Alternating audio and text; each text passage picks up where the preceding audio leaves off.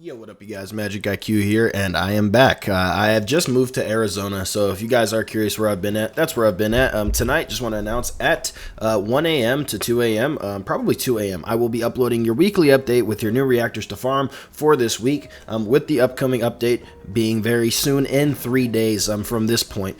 So on the 29th, we are getting the Season 1 update, and then going through this mission, I just wanted to talk about whether or not I'm really happy with the current state of the game. Magic, are you happy? No? But anyway, we're just going to be talking about the fact that I'm just a little unhappy with how they're doing the update. Obviously, they tried to make an attempt at fixing their, I guess you could say, little mess up, or I guess they didn't meet the expectations in their eyes, but essentially the drip feeding of content is now being reduced from 3-month rollout to a 2-month rollout, and they did essentially delay the second month of updates to the third month, and just gave it 20 days sooner. So now we're getting everything pretty much on October 10th, and then we're getting like an intro to the Season 1 on the 29th, as I call it, because in my personal opinion, man, releasing a character at which can't even be built until October 10th on the 29th is diabolical work. I mean, that's crazy. And then on top of that, we're also just going to be able to play invasion dungeons until then, doing a new leveling system that is going to require us to probably grind out either Fortress or, you know, probably the Vespers thing, unless the new leveling system is linked to new content, which I would suggest and think isn't that bad. That'd be kind of cool,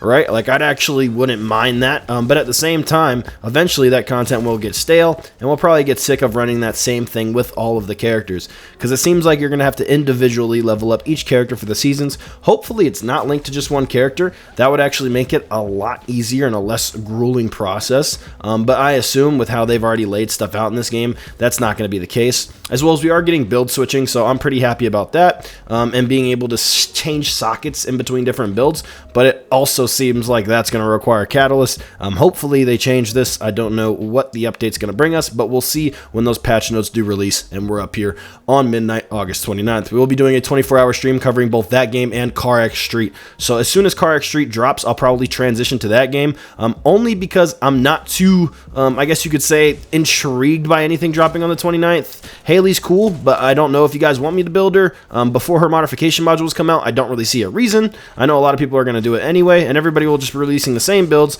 because there's no diversity without being able to stack into a modification module in order to change stuff around. Everybody's pretty much going to have the same stuff, just max skill damage, and you're going to probably have to respec those catalysts in a certain amount of months, and I don't want to give you guys something you're going to have to change. So me personally, I wouldn't do that, so I will wait for the October 10th update to fully build Haley. Unless she's absolutely busted and one-taps everything, then we might have to have a different discussion. But until that is announced, yeah, we'll see how that's going to go. I don't know why they're releasing the update for Haley without her modification modules or her gun. I think you fix this entire problem with this little like split content thing if you release her with her gun and her modules. I wouldn't even mind the fact that Freyna comes out a month or two later. I'd be okay with that as long as you split it properly. But the fact that you're releasing essentially unfinished content before releasing the rest of the update, and giving us just 2 altered already in-game missions essentially week 1, that's just seems a little lazy or just not well thought out, but it's okay. Game companies make mistakes, but the question is, can the First Descendant really afford mistakes right now? I don't know if you guys are keeping up with like the charts or anything, like the player charts, but last week it was about at a 70,000-ish 24-hour peak, and this week we're at about a 50K 24-hour peak.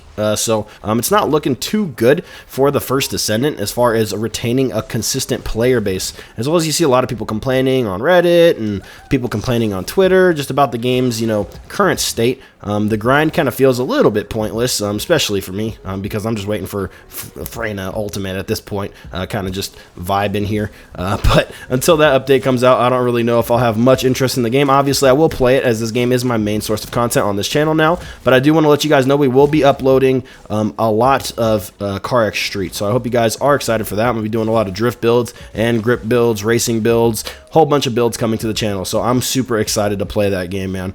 So make sure you guys look out for that as well, if you guys are into car games. And then if not, I know Division at some point will be releasing a new update, so we'll get back into that as well.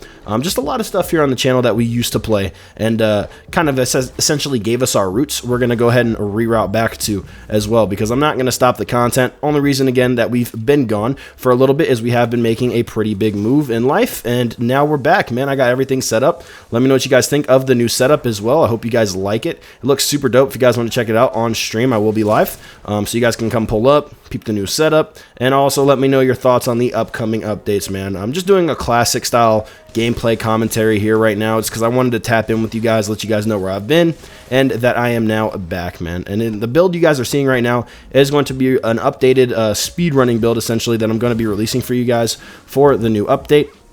So make sure you guys look out for this as well. I'm having a lot of fun using Bunny, a little bit different. As you can see, our 4 comes back almost instantaneously now. So that's a new update to our build, and we're having a lot of fun with this, man.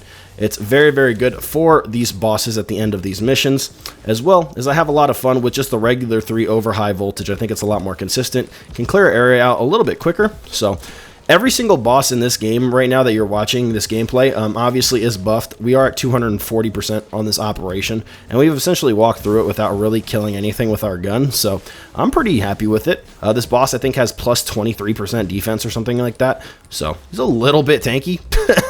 Usually I would actually one-shot him if there was no extra stuff applied, so each phase would get one-tapped very easily.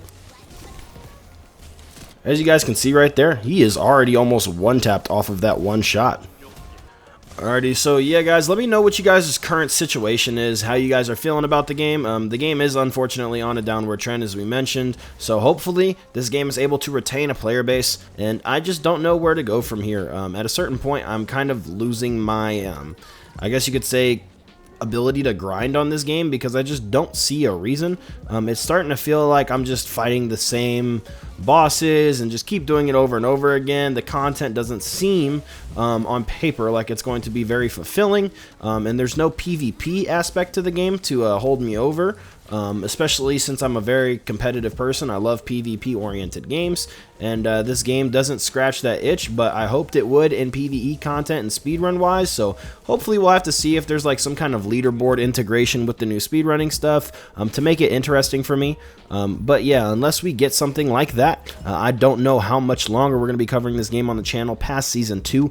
We'll see. Hopefully they're able to keep up the end of the bargain with a live service content game. It's going to require a lot of attention, so hopefully they're able to retain the player base and keep you guys engaged, because as long as you guys are engaged, then I will be too. So I appreciate you guys for tuning in. It's been MxgicIQ, and I'll see you guys in the next one, and I'm out. Magic, say bye.